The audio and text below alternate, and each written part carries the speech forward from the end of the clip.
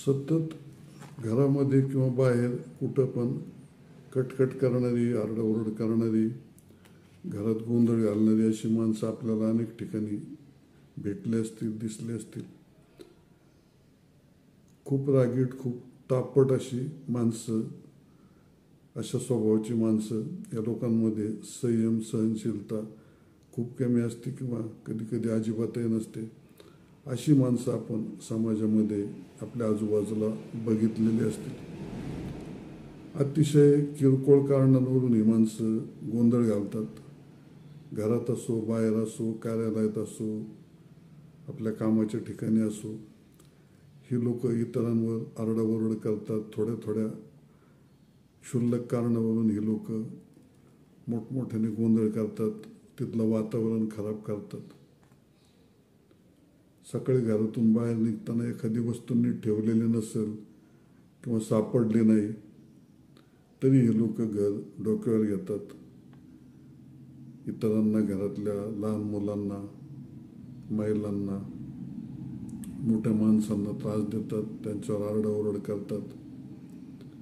खायला वेळेवर आलं नाही, जेवण नीट झालं नाही, थोडंसं कमी जास्त झालं, थोडं तिखट मीठ कमी जास्त झालं तरी ही लोक आरडाओरड करतात, ताट भिरकावून देतात, आदळापट करतात.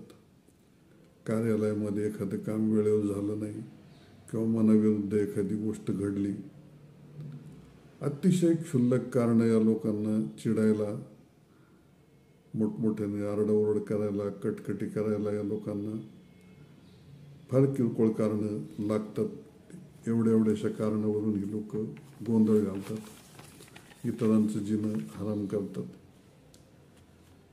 ह्या अशा प्रकारची जी माणसं आहेत, ही माणसं सकाळी सकाळी घरातलं, कार्यालयातलं किंवा जिथं असतील तिथलं वातावरण खराब करतात, वातावरण बिघडून टाकतात, इतरांचा मूड खराब करतात. अशा लोकांमुळं सगळा इतरांचा पण दिवस खराब होऊन जातो. कधी कधी एखाद्या घरात अशा स्वरूपाची, अशा स्वभावाची एकापेक्षा जास्त माणसं जर असली तर त्या ठिकाणची परिस्थिती अक्षरशः नरकासारखी होते.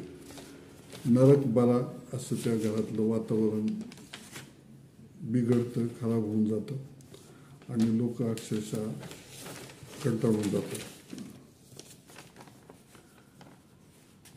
अशा घरातली माणसं एकमेकांवर कुत्र्यासारखी धावून जातात. अगदी जेवताना, बाहेर जाताना, बाहेरून आल्यावर कधीही नुसता गोंधळ करतात. इतरांना अशा वेळेला पाणी प्यायची इच्छा होत नाही, जेवण गोड लागत नाही, कुठल्याही कामात मन लागत नाही. मानसिक परिणाम इतरांच्यावर पण होतो. या लोकांना सणसूद कळत नाही, आनंदाचा प्रसंग यांना समजत नाही. कुठल्याही क्षणी, कुठल्याही परिस्थितीत हे लोक नुसत्या कटकटी करत राहतात, इतरांचं जीणं मुश्किल करून टाकतात.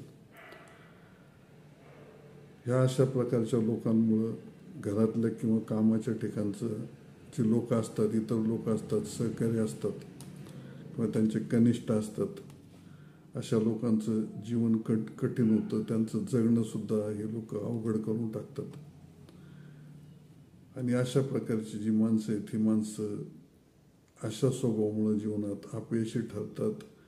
घरातील वातावरण जर चांगलं नसलं तर त्या घरात लक्ष्मी येत नाही, संपत्ती येत नाही, पैसा येत नाही. आली तरी ती फार काळ टिकत नाही. व्यवसायामध्ये अडचणी येतात, नोकरी धंद्यामध्ये अडचणी येतात. सतत अपयशी लोक ठरतात आणि इतरांना सुद्धा हे लोक खूप त्रास देतात.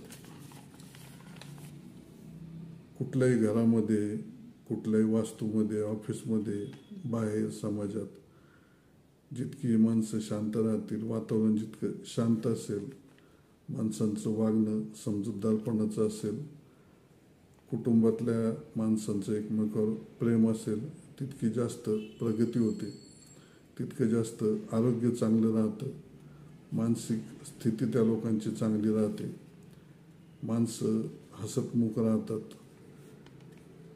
त्यामुळं शांत वातावरण ठेवणं हे प्रत्येकाला समजलं पाहिजे.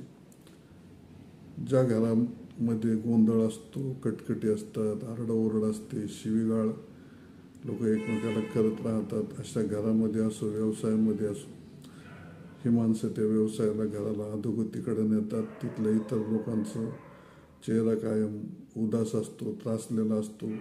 या लोकांचं हसणं बंद होतं. हे लोक कायम नाराज राहतात. घरातली लहान मुलांच्यावर याचा परिणाम होतो, महिलांवर याचा परिणाम होतो, ज्येष्ठ व्यक्ती असतील त्यांच्या आयुष्यावर याचा परिणाम होतो. आणि ते घर, ते कुटुंब किंवा तो व्यवसाय असेल, ती कंपनी असेल, कुठलंही आस्थापना असेल, ते अधोगतीकडे जातं. या गोष्टी अनेक लोकांना समजतात, पण त्यांच्या वागणुकीतून दिसत नाहीत, कळतं पण वळत नाही, अशी अवस्था होते. ज्या लोकांमध्ये अशा सवयी असतील, अशा सवयी स्वतःमधल्या ओळखल्या पाहिजेत. मनावर ताबा नसेल, संयम सहनशीलता नसेल, अशा लोकांनी प्रयत्नपूर्वक शांत राहण्याचा प्रयत्न केला पाहिजे. आपल्यामुळे इतरांना त्रास होणार नाही याची काळजी घेतली पाहिजे. इतरांचा मूड, इतरांची वेळ आपल्यामुळं खराब होणार नाही याची काळजी घेतली पाहिजे. स्वतःमध्ये सहनशीलता वाढवली पाहिजे, संयम वाढवला पाहिजे, स्वतःमध्ये बदल घडवून आणला पाहिजे.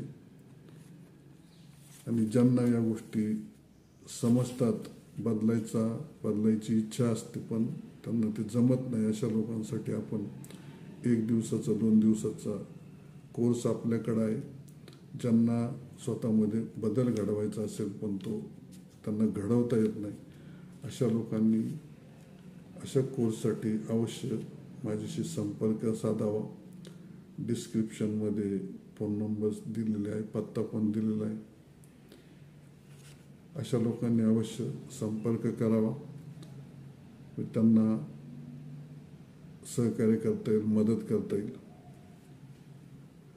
मित्रांनो, आपण हे चॅनल सबस्क्राईब केलं नसेल तर चॅनल सबस्क्राईब करावं. व्हिडिओ जर आवडला तर आपल्या जवळच्या लोकांसाठी अवश्य शेअर करावा. बेल आयकॉन प्रेस करावं. कमेंट बॉक्समध्ये आपल्याला व्हिडिओ आवडला तर कमेंट बॉक्समध्ये जरूर कमेंट कराव्यात. नाही आवडला तर तशी कमेंट करावी. आपल्याला जर काही अशा पद्धतीचे व्हिडिओ नवनवीन आणखीन कुठल्या विषयावर बनवायची अशी इच्छा असेल तर त्यांनी संपर्क साधा. आपण तशा प्रकारचे व्हिडिओ इथून पुढच्या काळातही बनवणार आहोत की ज्याच्यामुळे आपल्या जीवनामध्ये थोडासा बदल घडेल, थोडासा फायदा होईल. आपण हे जे व्हिडिओ बनवतो हे उपदेशासाठी नसतात, तर फक्त माहिती, कुठल्या गोष्टीमुळे काय घडतं, त्याचे परिणाम काय होतात हे लोकांना समजावं म्हणून माहितीसाठी आपण हे व्हिडिओ बनवत असतो. त्याचा कोणाला उपयोग झाला तर अवश्य तसं कळवावं. आणि व्हिडिओ आवडल्यास पुन्हा एकदा विनंती आहे की आपण आपल्या जवळच्या लोकांना शेअर करावा. मित्रमंडळी, नातेवाईक असे कोणी व्यक्ती असतील तर त्यांच्यासाठी शेअर करावा. आणि कमेंट बॉक्समध्ये कमेंट कराव्यात. तसे डिस्क्रिप्शनमध्ये माझे फोन नंबर्स, ॲड्रेस सगळं दिलेलं आहे. तर अवश्य कोणाला काही अडचण असेल, अशा पद्धतीची काही समस्या असेल तर त्यांनी अवश्य माझ्याशी संपर्क करावा. आणि सर्वांचे व्हिडिओ पाहिल्याबद्दल पुन्हा एकदा खूप खूप धन्यवाद.